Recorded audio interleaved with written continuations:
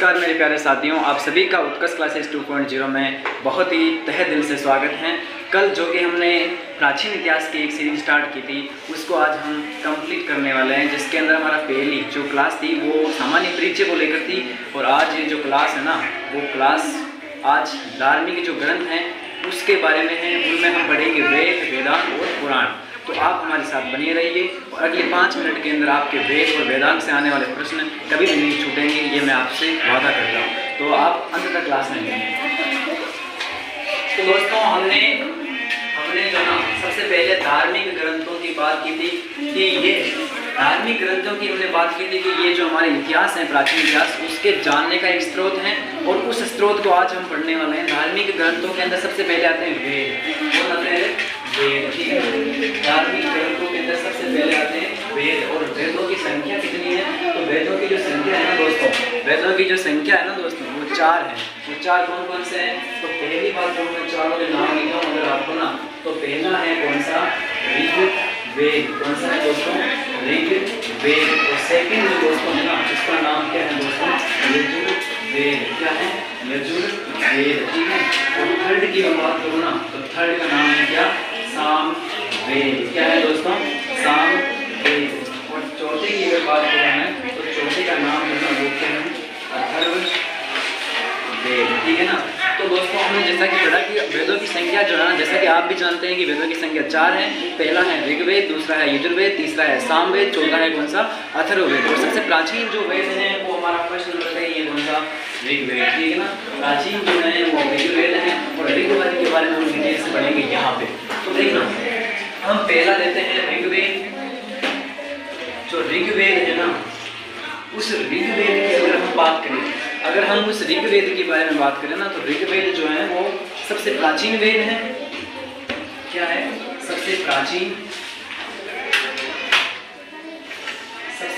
वेद कौन सा है? ऋग्वेद है। और इसके अंदर अगर हम सूक्तों की बात करें ना, सूक्त है, तो सूक्त कितने हैं मेरे साथियों? सूक्त है इसमें 1028। कितने हैं? 1028। ठीक है ना। और अगर इसके अंदर मैं मंडलों की बात करूँ, इसमें मंडल कितने हैं? इसमें मंडल कितने हैं? तो वो कितनी संख्या है? तो इसमें मंडल है 10, सूक्त है 1028 और सबसे प्राचीन वेद है। और बात करूँ मैं इसकी ऋचाओं की, तो इसमें जो ऋचाएं है ना, इसमें जो ऋचाएं है ना, इसमें जो ऋचाएं हैं, उन ऋचाओं की संख्या कितनी है? उस ऋचाओं की संख्या है 10,462। और सबसे बड़ी बात तो भाई साहब ये है ना कि जो ऋचाओं को पढ़ने वाला है ना, ऋचाओं को पढ़ने वाला, उस ऋचाओं को पढ़ने वाले को बोलते हैं हम इसमें होत्र। क्या बोलते हैं दोस्तों? इसको पढ़ने वाला, इसको जो पढ़ने वाला है ना, इसको पढ़ने वाले को क्या बोलते हैं हम? इसमें पढ़ने वाले को बोलते हैं हम क्या? होत्र। क्या बोलते हैं? पढ़ने वाले को बोलते हैं इसमें होत्र। हमने जैसा कि पढ़ा कि इसमें 10 मंडल है। और 10 मंडलों में से कुछ मंडल जो है वो आपके एग्जाम की दृष्टि से बहुत इंपॉर्टेंट है। अगर बात करूँ तो इसका जो दूसरा, इसका जो 9वां मंडल है ना, 9वां मंडल है इसका जो 9वां मंडल है ना, इसके अंदर सोम देवता का उल्लेख है। इसके अंदर सोम देवता का उल्लेख है। और बात करूँ मैं 10वें मंडल की, 10वें मंडल में जो ना, आप जानते हैं कि हमारा जो समाज था वो पहले वो चतुष्वर्णीय समाज था, जिसके अंदर शूद्र, वैश्य, क्षत्रिय और ब्राह्मण 4 थे। उसके अंदर क्या है? जो पुरुष सूक्त है, पुरुष सूक्त है ना, पुरुष सूक्त, इस पुरुष सूक्त के अंदर हमारे समाज को चतुष्वर्णीय बताया गया है। क्या है? चतुष्वर्णीय समाज को की कल्पना की है। और चतुष्वर्णीय समाज कौन सा था? देखना, पहले थे ब्राह्मण। पहले कौन थे? ब्राह्मण। सेकंड स्थान पे कौन थे? क्षत्रिय थे। सेकंड स्थान पे कौन थे? क्षत्रिय थे। और 4 नंबर पे कौन थे? वैश्य थे। ठीक है, वैश्य। फिर बाद में अगर बात करूँ मैं तो शूद्र। क्या है? शूद्र। अभी 4 ही समाज, चतुष्वर्णीय समाज है, उसकी अगर बात करूँ कि उत्पत्ति कैसे हुई है, तो हमारे वेद कहते हैं कि जो क्षत्रिय है ना, जो ब्राह्मण है, ब्राह्मण भगवान ब्रह्मा जी की जीभ से निकले हैं। उनकी जो जीभ है उससे निकले, क्योंकि ब्राह्मणों का काम क्या है? जीभ से मंत्र बोलना, तो जीभ से निकले। और क्षत्रिय जो है ना, ब्रह्मा जी की भुजाओं से निकले। क्षत्रियों का काम क्या है? अपनी भुजाओं का उपयोग करके अपने साम्राज्य की रक्षा करना। ठीक है। और बात करूँ मैं वैश्या की, तो वैश्या को आप जानते हैं कि जंगा से निकले ब्रह्मा जी की। और बात करूँ शूद्र की, तो भगवान मतलब एक शूद्र को हम नीचा मानते हैं।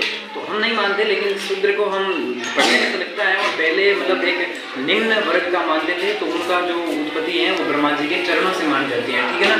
तो हमने पढ़ा ऋग्वेद, और ऋग्वेद के बारे में और बात करूँ ना तो ऋग्वेद के अंदर एक शब्द मिलता है, उसका नाम है अदन्य। और अदन्य शब्द का जो अर्थ है वो आप देखिए, इस ऋग्वेद के अंदर उल्लेख है किसका, इस ऋग्वेद के अंदर जो उल्लेखित शब्द है उसका नाम क्या है, उस उल्लेखित शब्द का नाम है अदन्य। क्या है? अदन्य। और इस अदन्य शब्द का अर्थ क्या है दोस्तों, इस अदन्य शब्द का जो अर्थ क्या है, गाय, ठीक है ना। तो आपको इस बारे में चल गया पता, ठीक है। फिर बात करूँ मैं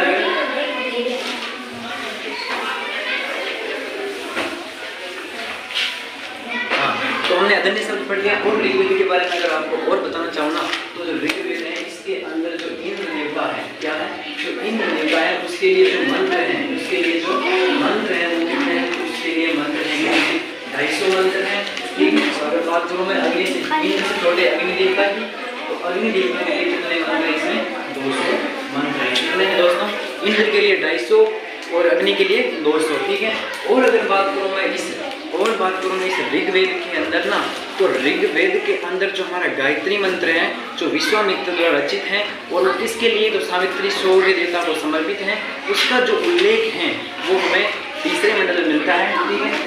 और बात करूँ मैं तो इसके अंदर जो 8वां मंडल है ऋग्वेद का, उसके अंदर जो रचनाएं हैं, उनको जो हस्तलिखित रचनाएं हैं उनको हम बोलते हैं क्या, खिल। इसका जो 8वां मंडल है, इसका जो मंडल है ना साथियों, इसका जो 8वां मंडल है उसकी बात करूँ तो इसमें जो रचनाएं हैं उसको बोलते हैं हम क्या, खिल बोलते हैं। क्या बोलते हैं, खिल। इसमें जो हस्तलिखित रचनाएं हैं उनको हम बोलते हैं खिल, ठीक है ना। और बात करूँ सेकेंड, और इसका जो उपवेद है, इस ऋग्वेद का जो उपवेद है वो कौन है, तो इस ऋग्वेद का जो उपवेद है वो उसका नाम क्या है दोस्तों, ऋग्वेद के उपवेद का नाम है क्या, आयुर्वेद। ऋग्वेद के उपवेद का नाम क्या है, आयुर्वेद। क्या है साथियों, तो आयुर्वेद। अब भाई साहब हम दूसरा पढ़ने वाले हैं तो मजा आने वाला है, क्यों, क्योंकि उसके बाद में क्या है, यजुर्वेद है, और यजुर्वेद में तो क्या है, तंत्र मंत्र यंत्र यज्ञ का उल्लेख है, ठीक है ना, यज्ञों का उल्लेख है, ठीक है ना। दूसरा जो वेद है उसका नाम क्या है दोस्तों, यजुर्वेद। क्या है, यजुर्वेद। और यजुर्वेद की बात करूँ तो इसका जो उपवेद है, उस उपवेद की बात करूँ तो क्या है, इसका उपवेद क्या है, धनुर्वेद है। क्या है, धनुर्वेद। क्या है दोस्तों, धनुर्वेद है। और इस यजुर्वेद के अंदर आपको बस एक बात इंपॉर्टेंट रखिए, इसकी जो ऋचाएं हैं, इसकी जो ऋचाएं हैं उस ऋचाओं को पढ़ने वाला जो ना, इसकी ऋचाओं को पढ़ने वाले को क्या बोलते हैं, अदरयु। क्या बोलते हैं, अदरयु। क्या बोलते हैं, अदरयु, ठीक है ना, अदरयु बोलते हैं उसको पढ़ने वाले को। और इसके अंदर जो है ना साथियों, सबसे इम्पोर्टेंट बात है कि प्रश्न आ जाए आपके कि यज्ञ का उल्लेख भारत के प्राचीन किस वेद में है, तो यज्ञों का और बलिदान विधि का किस वेद में उल्लेख है, तो वो है कौन सा, यजुर्वेद। इसके अंदर यज्ञ है, ये से यजुर्वेद, और ये से यज्ञ और बलिदान, यज्ञ और बलिदान विधि का इसमें उल्लेख है। और बहुत महत्वपूर्ण बात है कि ये जो है ना, कोई वेद गद्य और पद्य में नहीं है, दोनों एक साथ है, लेकिन ये क्या है, गद्य में भी है और पद्य में भी है, ठीक है ना। तो सबसे तीसरा जो नंबर है वो अपने आप में बहुत महत्वपूर्ण है, क्योंकि हमारे भारत के अंदर जो तुम गाते हो ना, कि जो गीत गाते हो कि आज हाँ एक रम लगा ले, ये बोतल लगा ले, जो फलाना ढिकना जो गीत गाते हो ना, उसका जो जनक है वो यही है क्या, सामवेद। क्या है, सामवेद। क्या है साथियों, सामवेद। और सामवेद के अंदर जो ये साम शब्द है ना, ये साम, इस साम का अर्थ होता है गान। क्या होता है, इस साम का अर्थ होता है गान। और ये जो भारतीय संगीत है, देखना जो ये ना भारतीय जो संगीत है, भारतीय संगीत, उसका किसे बोलते हैं, इसे क्या बोलते हैं, भारतीय संगीत का जन्मदाता। क्या है ये, जन्मदाता। भारतीय संगीत का क्या है साथियों, ये जन्मदाता, ठीक है ना। और इसे बात करो मैं, इसके अंदर जो है ना, इसके अंदर जो 1810 क्या है, सूक्त है। क्या है, 1810 में सूक्त है।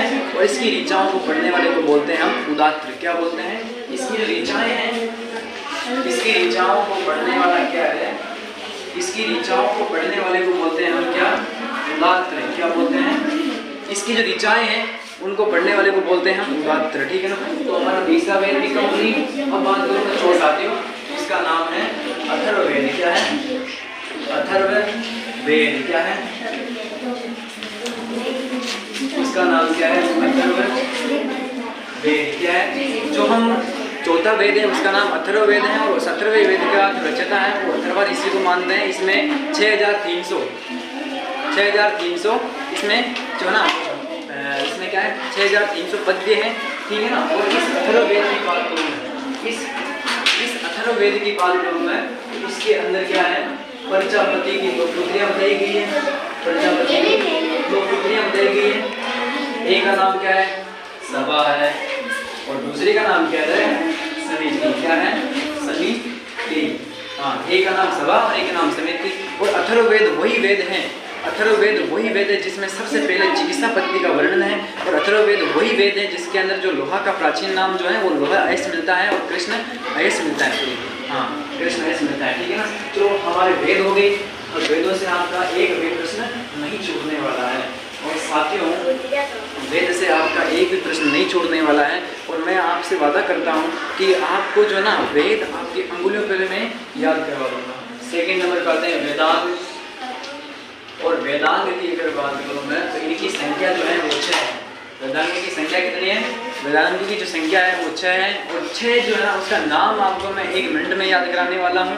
आप अपने पूरे दिल के साथ इसे देखिए। तो वेदांग क्या है? शिक्षा, कल्प, निरुक्त। शिक्षा, कल्प, निरुक्त। क्या है? शिक्षा है, कल्प है, निरुक्त है, और बात करूँ मैं तो जो ना व्याकरण है, छंद है, और क्या है साथियों? ज्योतिष। क्या है? ज्योतिष। हाँ, तो जो वेद हैं, वेद जिनको वेद समझ में नहीं आए उनके लिए सरल भाषा में क्या है वेदांग रचे गए। और वेदांग की बात करूँ 6 है संख्या, उनके जो नाम क्या क्या है, कौन कौन से वेदांग हैं? तो वेदांग है शिक्षा, कल्प, निरुक्त। शिक्षा, कल्प, निरुक्त। शिक्षा, कल्प, निरुक्त। और बात करूँ मैं तो शिक्षा, कल्प, निरुक्त। और बात करूँ मैं तो शिक्षा, कल्प, निरुक्त। और बात करूँ मैं तो व्याकरण, छंद और ज्योतिष, ठीक है ना। व्याकरण, छंद और ज्योतिष, ठीक है। तो वेदांग हो गए। फिर बाद में बात करते हैं हम उपनिषदों की। तो उपनिषदों की संख्या देखना, उपनिषदों की संख्या बस आपको ये याद रखनी है 108। उपनिषदों के अंदर जो है ना वो आपको मुंडको उपनिषद रखना है। मुंडको जो उपनिषद है उसके अंदर हमारा जो सत्यमेव जयते हैं वो आदर्श वाक्य इसी से लिया गया है, इसी से संकलित है।